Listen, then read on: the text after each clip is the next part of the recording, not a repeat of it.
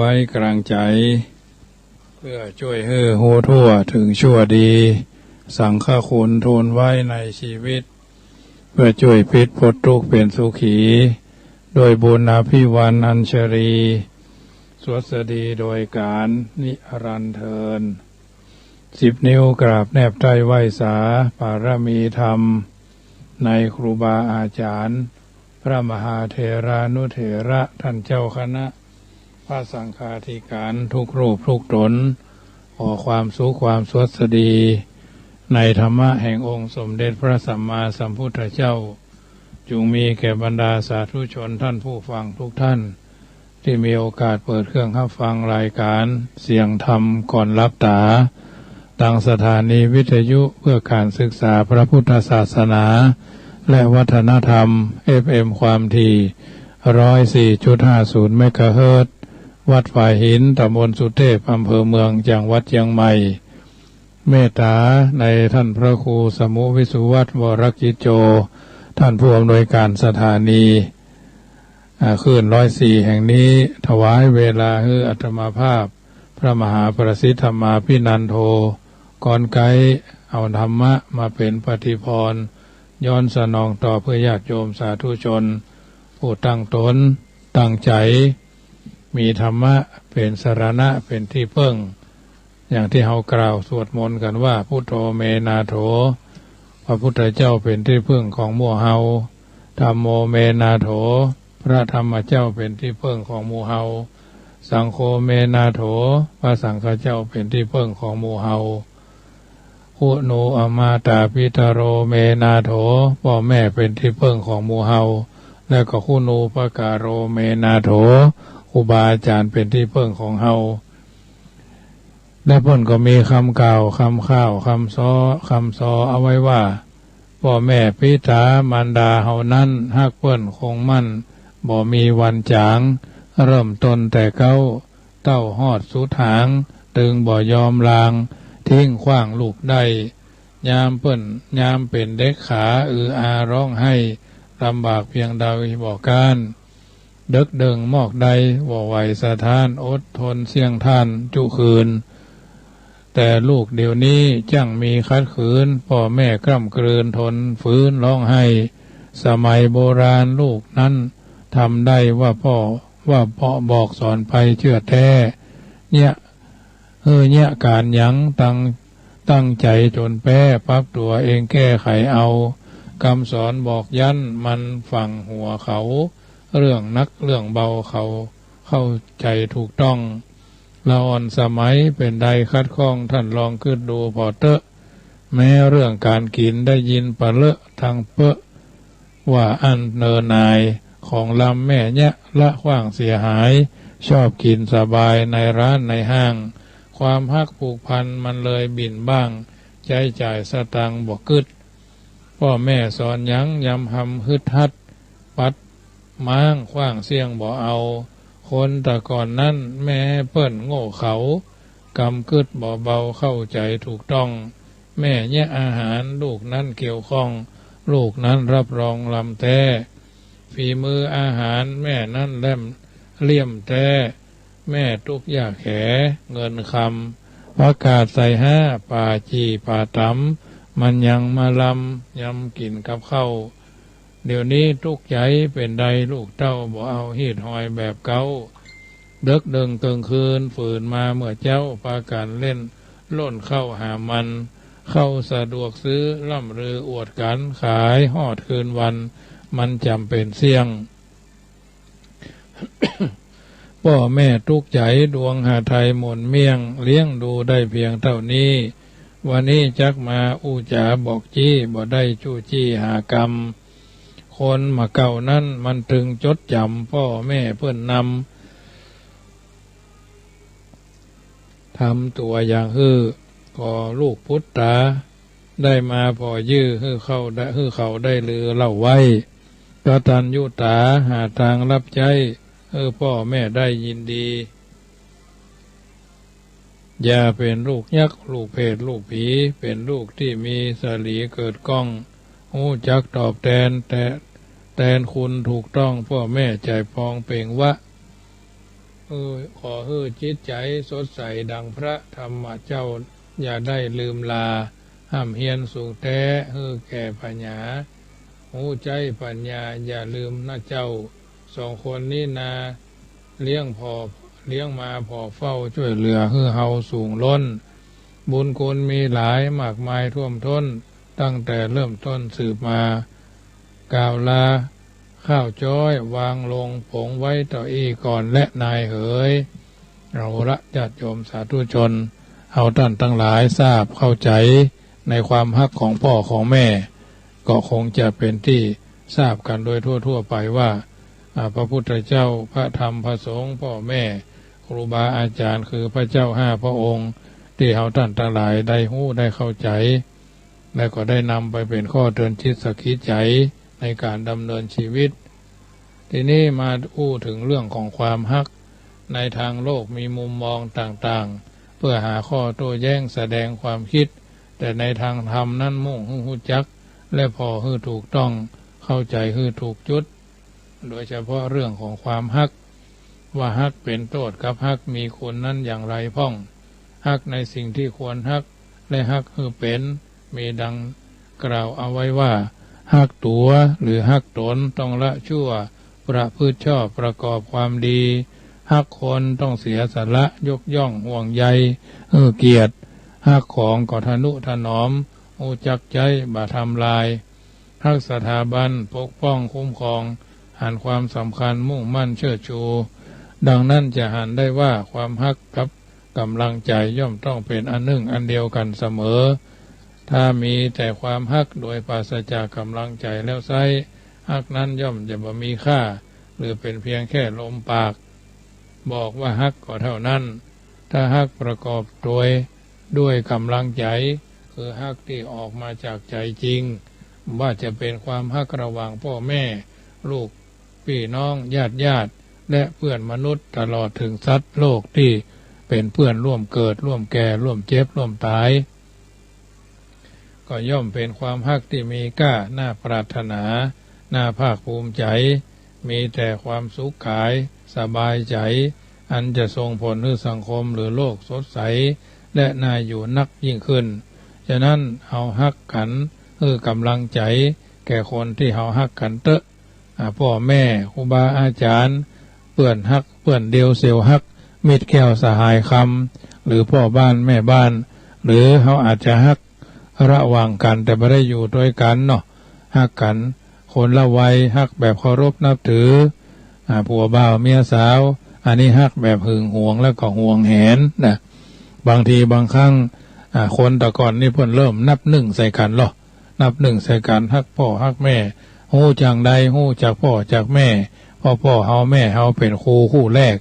ถ้าเฮาบ่ได้ศึกษาจากพ่อจากแม่แสดงว่าเฮาบ่ได้อยู่กับพ่อกับแม่บางคนก็ไปอยู่กับพ่อหลวงแม่หลวงพ่ออุ้ยแม่อุ้ยนะอาตมาภาพเองก็ถือว่ายกเป็นตัวอย่างได้จบพออยู่เข้าโรงเรียนป.1 ป.2 ป.3 มาอยู่กับอุ้ยเนาะพอป.3 ป.4 ป.5 ป.2 ป.3 ป.4 ก็พลิกมาอยู่กับพ่อกับแม่ได้จะขึ้นป.2 เนาะจะขึ้นป.3 นะขึ้นป.3 เราก็อยู่กับแม่กับพ่ออย่าสักปีเดียวพอขึ้นป.4 ก็เข้ามาอยู่วัดเนี่ยอาศัยอยู่กับพ่ออุ้ยแม่อุ้ยพ่อหลวงแม่หลวงมันก็มีให้เราได้หารว่าพ่ออุ้ยเนี่ยเพิ่นมีหลานพ่อของพ่ออุ้ยแม่อุ้ยนี่เพิ่นมีลูกอยู่7 คนพ่อนี่เป็นคนที่3นะพ่อเป็นคนที่2เนาะพ่อเป็นคนที่2แล้วคนนอกนั้นนี่เขามีฐานะพ่อเนี่ยมันจะว่าภาษาชาวบ้านก็ขี้เหล้าหลวงนักเลงเนาะโดนฟัน7 แผลเป็นลูกศิษย์ครูบาอินถาวัดน้ำพระเจ้าตนหลวงที่วัดพุทธสันติปาลังกรสีพิงคนครมงคลเนี่ยสันปะตองสันคอกย่างปัจจุบันวันเนี้ยพระเจ้าตนหลวงวัดสันคอกย่างหรือพุทธสันติปาลังกรสีพิงคนครมงคลเนี่ยนะในหลวงรัชกาลที่10สมัยเป็นเจ้าฟ้าชายนั่นนะเสด็จมานะปี2520 ปลายนี่แหละ10 ปลาย20 ปลายนี่แหละเพิ่นเพิ่นตื่นกันเจ้าฟ้าเจ้าแผ่นดินเสด็จมาเจ้าฟ้าชายเสด็จมานะ พระบรมโอรสาธิราชสยามกุฎราชกุมารน่ะเสด็จมาที่นี่สันปะตองเนี่ยโอ้ยบ้านเมืองเปิ่นประดับธงกันโอ้ยคนเปิ่นก็หลั่งไหลกันมาพอสองทลาบทางนี่นะพอถนทางเตียวป่อมทองอ่ะนะรถจะถึงมาเดินกันสมัยนั้นก็รถคอกหมูเนาะเปิ่นมาเอวมาพอกันอันเนี้ยมาอยู่กับพ่ออุ้ยแม่อุ้ยจากพ่ออุ้ยแม่อุ้ยก็มาอยู่วัด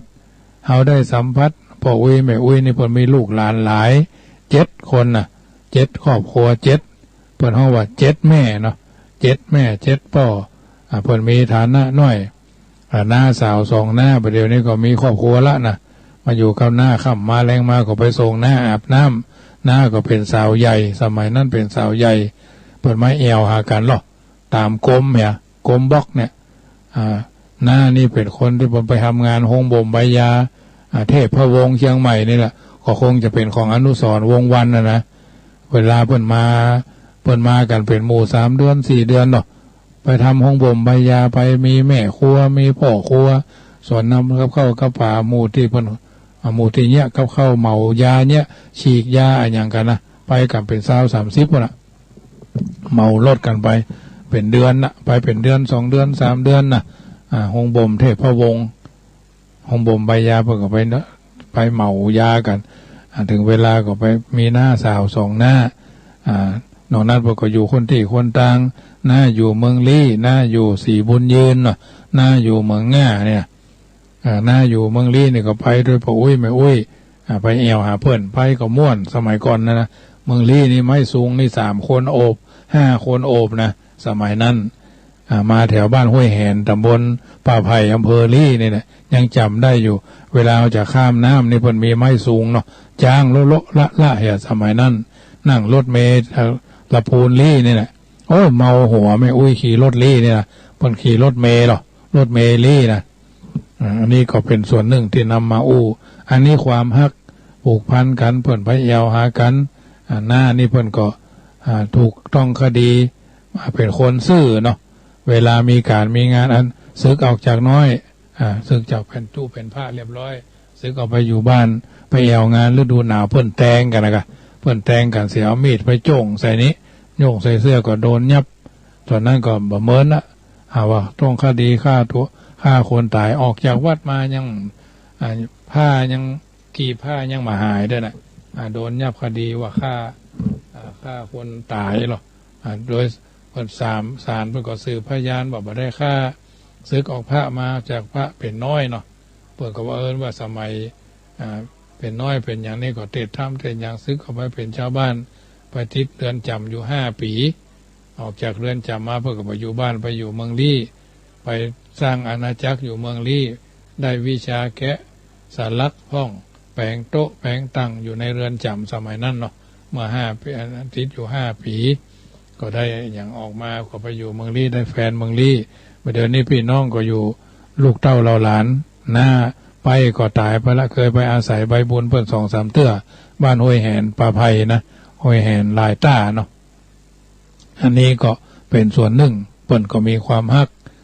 เพิ่นกลมเกลียวเพิ่นเป็นห่วงเป็นหามเนาะอันนี้เป็นเรื่องที่นำมาเสนอให้ญาติโยมฟังอันนี้ก็มาจากความฮักนั่นแหละคนบัดเดียวนี่โอ้ละอ่อนบัดเดียวนี่แต่ก่อนค่ำมาแรงมาพ่ออุ้ยแม่อุ้ยสั่งสอนอบรมก็เป็นวัฒนะเนี่ยเพิ่นฮ้องว่าวิถีชีวิตนะแบบแหมอย่างหนึ่งละอ่อนละก่อนนี่อ่านหนังสือดังเนอะละอ่อนทั้งละพูนทั้งนั้นในบ้านใกล้เฮือนเคียงบ้านเหนือบ้านใต้พ่ออุ้ยเพิ่นว่าเอาไปเอาปั๊บมาอ่านหนังสือนะอันนี้ก็เพราะว่าความฮักหลานแต่พ่ออุ้ยนี่เพิ่นเป็นห่วงหลานอาตมาภาพเลยนะในครอบครัวของ7 ครอบครัวนั่นน่ะลูก7 คน7 ไป 7 เขยนะหลายไปหลายเขยลูกเต้าหลานมีไผบวชสักคนมีลูก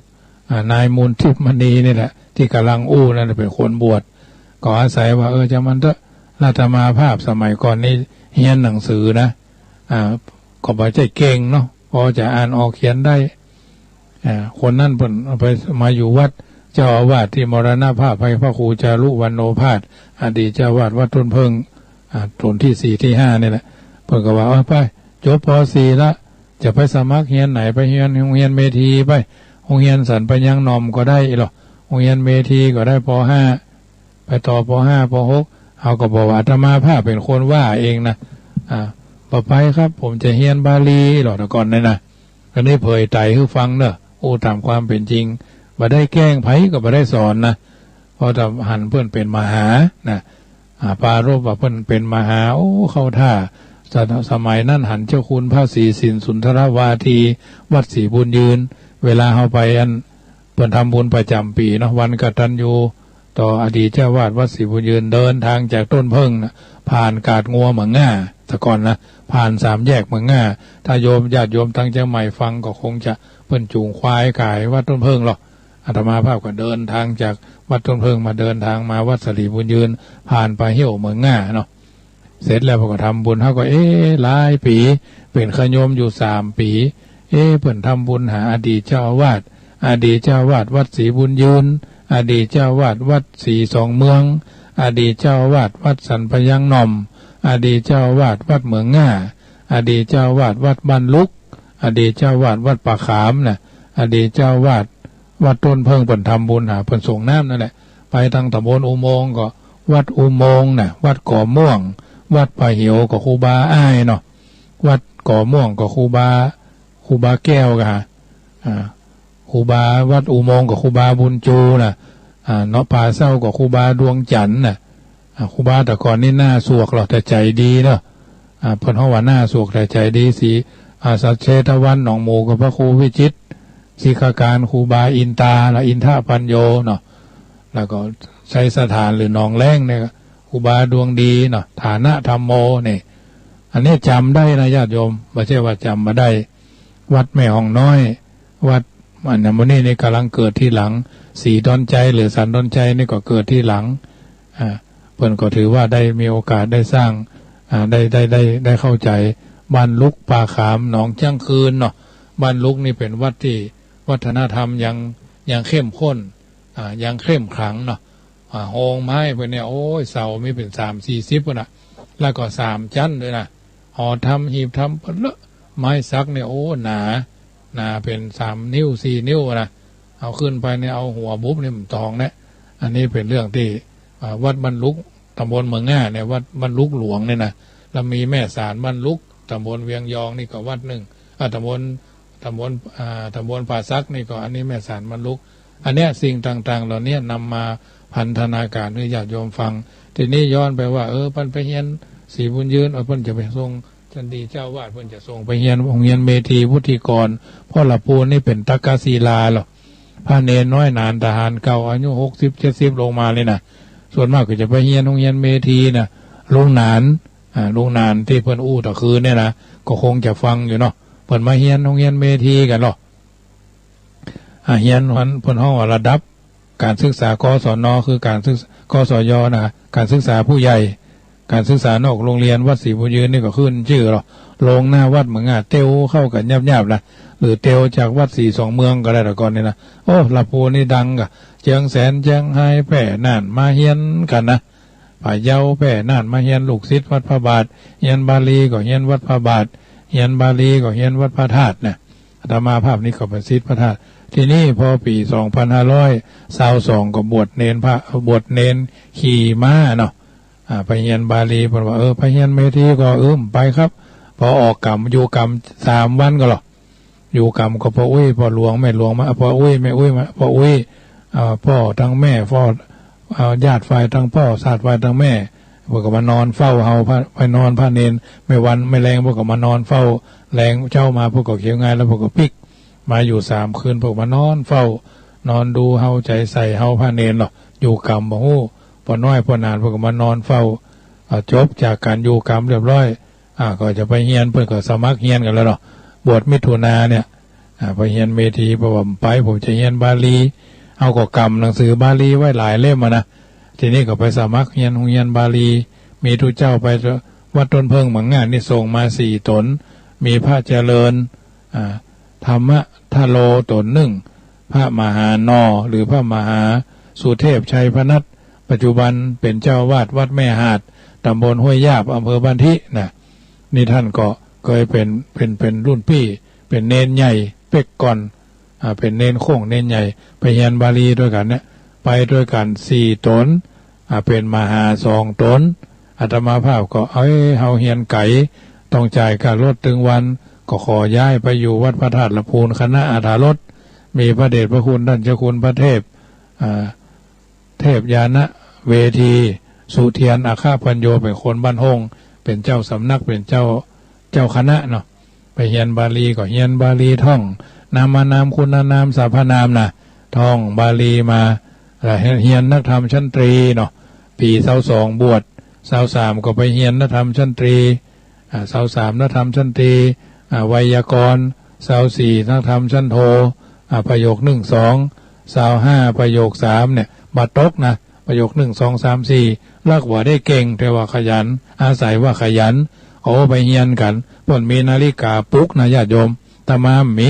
เอาอย่างเอากระป๋องนมเนี่ยสมัยนั้นนมกับมะลิเนาะกับนมกาเยวเจาะหูเนาะเอาไว้สี่แก่นเอาไว้ข้างหัวเนี่ยถ้ามันเย็นเนาะไม่เจ้ามันเย็นเพิ่นมีนาฬิกาปลุกกันซื้อกันเรือน200ปลายเนาะ100ปลายแก่ๆ200แรงเจ้ามา4ปลายเพิ่นแข่งกันละไอ้เฮาก็ได้นี่ละเอาก็เอากล่องกระป๋องนมนั่นแหละกระป๋องนมนี่ก็ได้รับการสั่งสอนจากท่านพระมหาอดีตเจ้าอดีตพระลูกวัดนะเพิ่นอยู่อันวัดมหาวันละปูนวัดพระรอดนะเพิ่นบวชอายุนักมาบวชทีหลังแล้วเพิ่นถึงแก่กรรมไปแล้วได้เป็นมหาประโยค3แล้วก็มรณภาพไปละสมก้าเพิ่นก่อนเพิ่นได้เป็นเพิ่นมาได้เป็นมหาเพิ่นเข้ามาบวชใหม่แล้วก็บวชแล้วก็เข้ามาได้สอบได้มหาได้เหมือนเพิ่นก็ถึงแก่มรณภาพอันนี้เพิ่นก็ว่าเอากระปองเราไม่กันนี่หรอเฮาสอนนักธรรมเอกบ่หรอสอนนักธรรมเอกช่วยกับครูเป็นครูผู้ช่วยสอนเรียบร้อยเพิ่นก็เอาบอกคือว่าเอากระปองนมไว้2ข้างเนี่ย4แกนก็4ข้างแบ่งดีๆจะไปให้มันบาดได้หรอเจาะแล้วก็เอาเชือกมัดสะดุ้งตื่นไม่เจ้ามันเย็นเนี่ยโยมก็สะดุ้งก็ลุกอะพอเวลานาฬิกาหลวงมันมีหรอได้ยินมันตีตั้งนะตี1ตี2ตี3เนี่ย4โมงก็4ค่ำเอาก็ลุกละลุกมาก็ล้างหน้าแปรงฟันไปท่องหนังสือในโรงเรียนเมธีมีวัดพระมหากระจายนะหรอคณะอาถารถนี่นะโรงเรียนเมธีมันมีไปนั่งของทรายกันนะตอนเจ้ามันเย็นมันมีผามพอให้พอดีนะก็ท่องหันไวยากรณ์ก็บัลละท่องหนังสือไปทุกเจ้าก็ท่องไปเลยเพื่อนอนุญาตตั้งแต่ตี4เป็นต้นไปมีโอกาสก็ว่าไปตามนั้นนะตี4ตี5ถึง6โมงไม่เจ้าเวลา3ชั่วโมงเจ้าอันนี้ก็ต่างคนบางคนก็ลุกขึ้นมาก็แปลศรัทธาอันว่าพระศาสดาเนี่ยเสด็จไปแล้วที่หั่นที่นี่ก็ว่าไปเถอะท่องรักสัมพันธ์ด้วยประโยค2ประโยค3ประโยค4ประโยค5ประโยค6นะครูบาอาจารย์ประโยค6ก็ซึกคำทำผ้ากันไปหมดก็เลยอยู่มาสอบบาลีมาปี2527ลงไปอยู่กรุงเทพละอันนี้ก็ยาวถ้าจะไปก็ยาวไปวกมาถึงเรื่องความรักเนาะไผ่พ่องที่ว่ากล้าจะปฏิเสธความรักหรือแม้จะกระทั่งกล้าจะคิดจะปฏิเสธอย่างน้อยทุกคนถ้าบ่ฮักคนอื่นหรือคนอื่นหรือฮักคนอื่นมาจ้างก็ย่อมต้องฮักตัวเองเป็นประการสำคัญอันนี้เป็นเรื่องธรรมดาโดยทั่วไปถ้าไผ่บ่ฮักตัวเองทำร้ายตัวเองนั่นแหละคืออันธพาลโดยแท้นะพระพุทธเจ้าตรัสว่านัตถิอัตตสมังเปมังแปลว่าความฮักเสมอด้วยตนบ่มีเพราะธรรมชาติของมนุษย์และสัตว์เดรัจฉานต่างก็ย่อมฮักตัวกลัวตายเหมือนกันหมดเกลียดทุกข์ปรารถนาสุขเหมือนกันบ่ต้องการให้ภัยมาทำร้ายข่มเหงรังแกเบียดเบียนอันจะก่อให้เกิดความทุกข์ยากลำบากแก่ตนเองคนบ่ฮักตัวเก่าย่อมจะฮักภัยบ่ได้หมายความว่าเมื่อบ่ฮักตัวเองแล้วบ่บอกฮักคนอื่นก็เป็นคนเพียงแค่ลมปากซึ่งบ่ได้บ่ออกจากใจแบบบ่กึดขนาดตัวเองยังบ่ฮักยังทำร้ายได้แล้วกึดจะว่า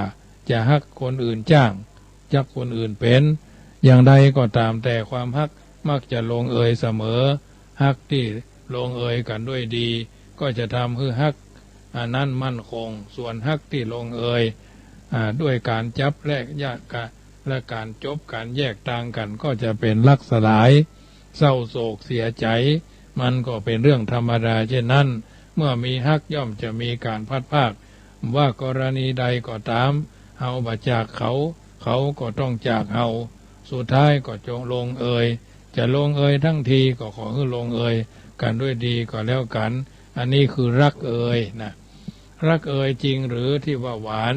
หรือทรมานใจคนทุกคนคงได้ยินประโยคนี้จากเสียงเพลงในอดีตกันพ่องความฮักมักมีอันอย่างมาให้เราต้องกึดอยู่ตลอดเวลาเช่นวันนี้เป็นไงบ้างหนอคนที่เรารักจะรักเราบ้างไหมนะเวลานี้เธอทำอะไรอยู่หรือไปกับคนอื่นอยู่หรือเปล่ากำลังสนทนากับคนนั่นคนนี้หรือไม่นะกำลังนอกใจเราหรือเปล่าเป็นต้นคนเฮานี่เนี่ยแปลกมาชอบกึดเรื่องคนอื่นในทางที่ดีนะก็จะตุกใจตัวเก่านั่นแหละเพราะฉะนั้นคนที่มีความฮักและบ่ซื่อสัตย์ต่อความฮักหวาดระแวงพอใจระวังระแวงไม่ยิงระแวงพอใจทุกคนบอกว่าเป็นคนใดคนหนึ่งแม้แต่พระพุทธเจ้าอรหันต์สาวกาทั้งหลายมีความฮักแล้วทั้งนั้นผ่านมาเหมือนกันหมด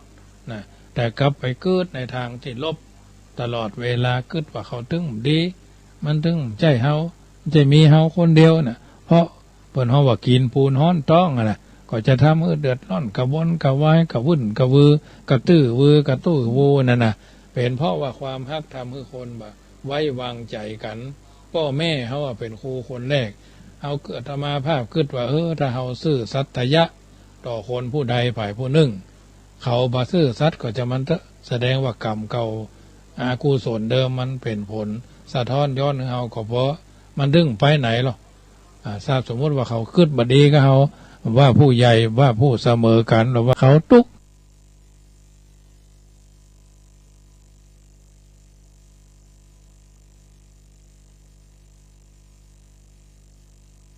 ก็แจ้งหน่อยถ้าเตียนเฮาเล่มกลางมันก็แจ้งระดับกลางเตียนเฮาเล่มใหญ่มันก็แจ้งยักษ์แจ้งหลวงไฟหลอดใหญ่มันก็จะแจ้งไก่เนาะไฟหลอดน้อยมันก็แจ้งใกล้เนี่ยมันเป็นธรรมดาอันนี้ทำเสียคิดแบบนี้สบายใจเฮาก็รับเป็นสุขตื่นเป็นสุขญาติโยมถ้าเอาไปคิดเพราะว่าโอ้อย่างอย่างอันเนี่ยโอ้ยโลกแตกเป็นเรื่องญาติโยมเป็นมาเพิ่นห้องว่าชาตินี้ทั้งชาติถึงมีความสุขแหละถ้าเฮาคิดเกินตัวเกินพอดีนั่นนะเพราะฉะนั้นเฮาทำสบายเท่าที่เฮาทำได้ถือว่าเฮาทำดีที่สุดอย่าไปทำชั่วที่สุดนะนึกถึงเสมอว่าเฮาทำสบายแล้วเฮาก็ถือว่าอยู่ก็รับก็เป็นสุขตื่นก็เป็นสุขสุขขังสุปฏิแผ่เมตตาไปเถอะเขาเหล่านั้นบางเตื้อนี่เขาบุญกุศลเขาน้อยนะเขาคิดบ่ดีก็เฮาสักวันหนึ่งเขาก็คงจะคิดดีคิดว่าพายกับเฮาบ่ฮับเนาะสิ่งเหล่านี้ถ้าเมื่อเฮาบ่ฮับมันก็จะไปอย่างอื่นของมันไปเองไปตามวิธีของเฮาเองของเขาเองบางเตื้อบางครั้งนี่เฮาคิดเกินพอดีแผ่เมตตาไปเถอะว่ายังกินจิกุสลังกัมมังกรรมใดที่เป็นกุศลอันใดอันหนึ่งนะที่ข้าพเจ้าได้กระทำแล้วได้ตั้งใจแล้วด้วยกายด้วยวาจาด้วยจิตใจจงเป็นส่วนแค่ท่านผู้มีพระคุณทั้งหลายทั้งพ่อทั้งแม่ทั้งพี่อ้ายพี่สาวพี่บ่าวพี่นางเนาะตลอดถึงสรรพสัตว์ที่เป็นเพื่อนทุกข์เกิดแก่เจ็บตายด้วยกันถึงมดถึงเสี่ยงขอท่านทั้งหลายได้พ้นจากทุกข์ถึงสุขบุญกุศลนั้นเมื่อถึงแล้ววายหน้าเป็นตบะเดชะแก่เฮาท่านทั้งหลายเนี่ยจะได้สบายพิจารณาเสมอว่าอาชีรังไม่เที่ยงทุกขังเป็นทุกข์อนัตตาไม่ใช่ตัวไม่ใช่ตนจะเดินทางไปกลางป่าอย่าประมาทอย่างที่บัณฑิตชนคนผู้รู้ก่อนไกลเอามาอู้มาจ๋าญาติโยมสาธุชนได้ฟังแล้วเป็นนิทัศนะอุทาหรณ์ในการดำเนินชีวิตของเฮาท่านทั้งหลายในนั้นค่ำคืนนี้บรรยายธรรมะญาติโยมฟังเป็นตัวอย่างเล็กๆน้อยๆประดิษฐ์ประดอยเพื่อจะให้เกิดความจุ่มเนื้อเย็นใจโรคภัยไข้เจ็บมาเบียดเบียนก็คงจะบรรเทาเบาบางไปพ่องบางเตื้อบางทีบางโอกาสเพิ่นบอกว่าอยู่เรือนพังยังดีไม่มีทุกข์ดีกว่าคุกหลายเท่าไม่เศร้าหมองจนยังดีมีธรรมค้ำประคองดีกว่าจองทุ จริตคิดร่ำรวยอันความกรุณาปราณีจะมีใครบังคับก็หาไม่หลั่งมาเองเหมือนสายฝนอันชื่นใจจากฟากฟ้าสู่ลาลัยลงสู่ดินน่ะวัยเกิดวัยแก่วัยเจ็บวัยตายวัยเตาะแตะวัยเต็งตึงวัยตรงเตงวัยต้องตายปฐมวัยปชิมวัยมัชชิมวัยปชิมวัยเด็กวัยกลางวัยแก่เมื่อวัยหนุ่มมีแรงมีเวลาไม่มีเงินเมื่อวัยกลางคนมีเงินมีแรงไม่มีเวลาวัยชราแก่ชราแลกะมีเวลาไม่มีเงินมีเวลาแต่ไม่มีแรงเป็นต้นอันเนี้ยญาติโยมท่านผู้ฟังทุกท่านเอาได้เกิดมาเป็นชาวพุทธมาพบพระพุทธศาสนาบุญกุศลเป็นสิ่งที่ดีเอาทำแล้วเราก็สบายใจอันใดบ่ดีเราก็พยายามลดละเลิกว่าวิถีชีวิตเท่านั้นมันมาเหมือนกันเปิ้นว่าเอาไว้ว่าชีวิตคนวนไปบ่คงที่กะเดียวก็มั่งมีกะเดียวก็ยากไร้นั้นบ่แน่หัวเลาะรื่นคืนขมระทมแปรชนะแพ้แลกลับสลับกันอนิจจังดังนี้หรือชีวิตพรหมลิขิตขีดเส้นเป็นแม่นมั่นเกิดแก่เจ็บตายคล้ายคลึงกันไม่นานวันก็พันภาคจากโลกไปโบราณสอนสั่งไว้เตือนใจว่าน้ำพึ่งเรือเสือพึ่งป่าอัจฉาใสเราก็จิตคิดเล่าเขาก็ใจรักกันไว้ให้มั่นสันไมตรีสรรพสิ่งสร้างไว้ในโลกล่าต่างก็พึ่งพาอาศัยมิหน่ายหนีก่อกำเนิดเกิดรักษามัคคีควรหรือที่จะเกียดชังรังแรงรา